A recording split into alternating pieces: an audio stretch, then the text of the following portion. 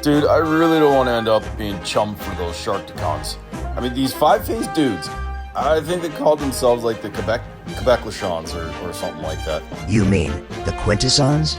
Yeah, those guys. They said I'm being judged and that I'm like on trial or something. Well, that would have been informative knowledge prior to racing. Why are you only telling me this now? Because, well, I don't know, Sharkticons? Okay, meat sticks. When we make round 2, I'll make sure the Quintessons know who they're messing with. Ironhide is one of the oldest, toughest, and most battle-hardened Autobots. He is known for his gruff, no-nonsense demeanor and prefers direct action over long discussions. Though he possesses a rugged exterior, he is incredibly loyal and deeply protective of his Autobot comrades. Jazz is the stylish and cool-headed first lieutenant of Optimus Prime, often serving as the Autobots' head of special operations. He adapts quickly, is a master of improvisation, and is highly trusted to handle dangerous, high-stakes missions. He is a loyal soldier who also brings both flair and skill to the race. Blackjack is the intelligent and calculating leader of the rambunctious sports car patrol. The Micromaster is known for his strategic mind, as he frequently calculates the odds of a battle before engaging. His original form was designed to clear routes for Decepticon ground troops. Stockade is a brutal and mean-spirited Decepticon enforcer.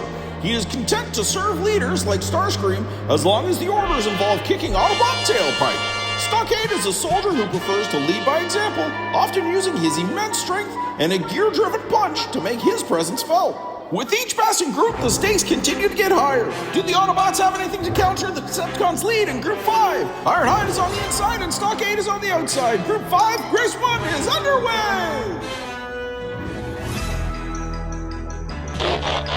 It's a strong showing for Ironhide and the Autobots, as his truck mode easily eats up the top half and bottom half of the course.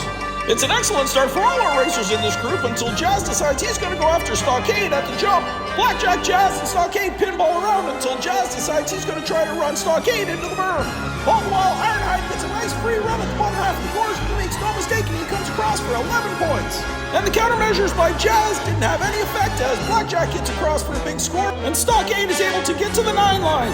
Jazz will add 8 points to the Autobots score as we take the racers back up to the top for race 2. We reset with Stockade on the inside, Blackjack on the outside, the Autobots in the middle. Race 2 is underway!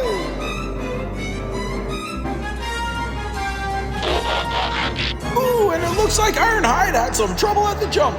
But we look at Jazz and Blackjack. Jazz goes back after Blackjack at the top half of the course, tries to cut him off right at the jump. But it only slows the Decepticon down and doesn't stop him. We go back to Ironhide, who gets a funny bounce off the landing of that jump.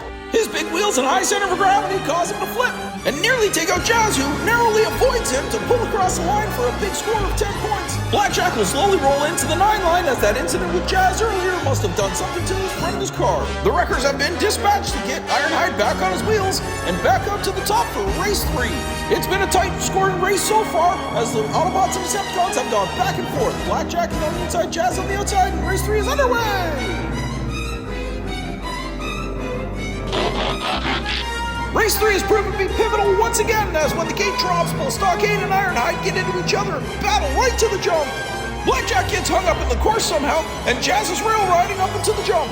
The real battle is between Stockade and Ironhide, as Ironhide gets a good kick off that bottom jump, while Stockade picks a nice safe line to ensure that he's able to keep pace with Ironhide and get himself across the line for 10 points. Jazz also finds a finish line for 10 points for the Autobots. And as we go to find Blackjack, he'll want to visit Knockout to see if he can fix that damage inflicted by Jazz in race 2.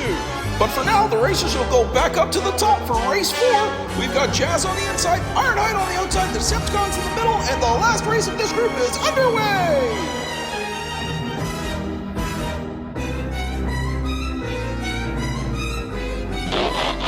Wow, and it looks like Ironhide pulled a page out of the Decepticons playbook. Right out of the gate, there's contact between Ironhide and Stockade.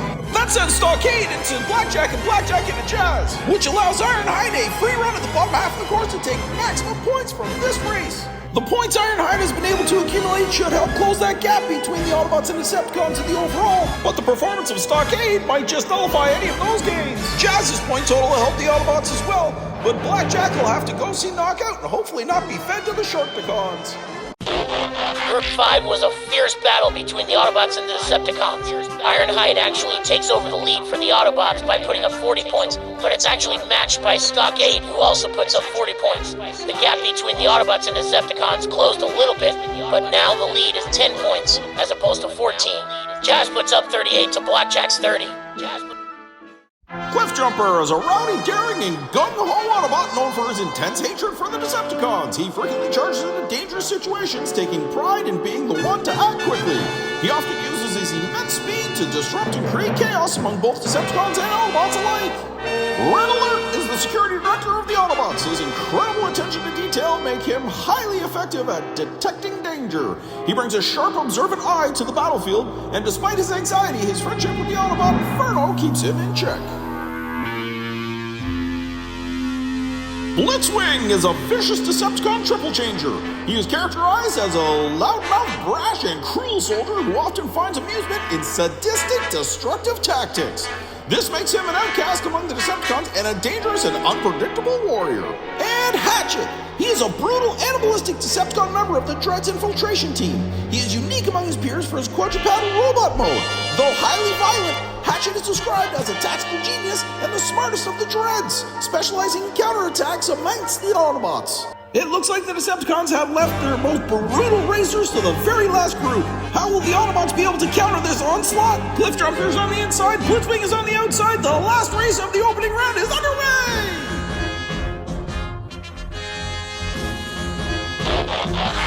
The biggest Decepticon in the tournament is in this race, and it takes a double team by Cliffjumper and Red Alert to put him out of his misery. Red Alert must not be too worried about his paint, as those monster wheels are poised to go right over that low-slung Lamborghini. Cliffjumper looks like he's able to compose himself back again and get himself pointed in the right direction, but it's Blitzwing who absolutely blitzes this course and comes across the line for a big score and an unbelievably fast time. Cliffjumper, however, is able to keep pace, but it looks like Blitzwing's trying to put this thing away from the Decepticons before the second round even begins. Red Alert might actually be taking a look at Blackjack as Hatch is taking out his frustration on the guardrail. The racers are back up in the start gate for race 2. We've got Blitzwing on the inside, Hatchet on the outside, and the Autobots in the middle. Race 2, Group 6 is underway!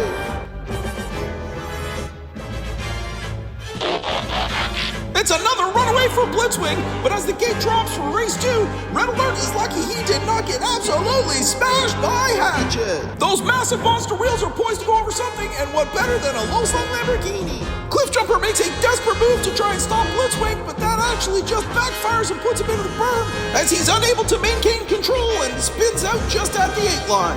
The Autobots will have to dig deep into their tanks if they plan on catching Blitzwing, as Red Alert and Hatchet are back to where they were in race 1.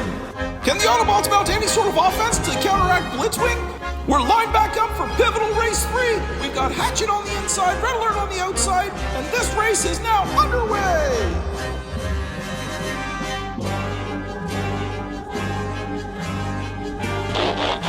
And the crowd is on their feet as we've got the first 4 racers to make it across the line in a single race. Cliffjumper tries to make it close with Blitzwing as he continues his domination of this group. Cliffjumper actually makes it to the jump first, and it's a drag race between him and the tank as they come down the bottom half of the course. In the background, you can see Hatchet trying to keep it close, but it's Cliffjumper who actually gets in front of Blitzwing by a bumper and comes across for a photo finish and 11 points to put back into the Autobot score. It's not the closest finish we've seen, but all 4 racers do make it across the line, and all 4 racers pick up maximum points for their factions. Cliffjumper does pick up the extra point for finishing first, but how is that going to affect the overall scores? We've got 1 more race to go, so we'll go back up to the top for race 4 of the last group. We've got Red Alert on the inside, Cliffjumper on the outside, and the Decepticons in the middle. This last race of the opening round is underway! And it's another textbook clinical finish by Blitzwing as he'll pick up maximum points in the last race. However, the action is between Red Alert and Hatchet as Red Alert gets himself into the guardrail, pinballs into Hatchet, and puts both of them out up at the top half of the course. Where it's Blitzwing who invokes his jet mode to fly across the line and pad the Decepticon score by another 11 points. Cliffjumper comes across to try and keep it close at least, as he'll take home 10, and we'll go right back up to the top half of the course where unfortunately we've got Red Alert who takes home 0 and Hatchet who only collects 1. With At the conclusion of round 1, it's clear that the Decepticons have come to race. Blitzwing misses out on a perfect score by a mere 1 point, but takes the overall lead going into round 2. Ironhide now becomes the lead scorer of the Autobots, but he's 4th overall. The combined scores between both factions see the Decepticons up by 14. But congratulations to the top 8 drivers from both factions. From here, your second round matchups will be paired by your points totals. And those points gained will also go towards the overall score for each faction. Thank you to those who didn't make round 2, and good luck to those moving forward. Okay, so it looks like we've made the next round.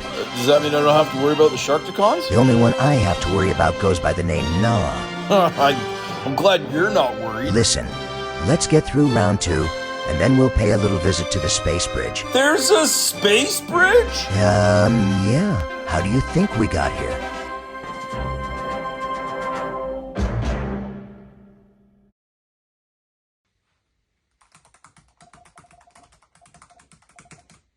Would you looky that?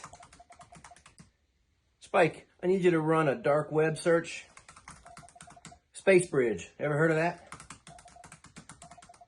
Just give me the info you got, man.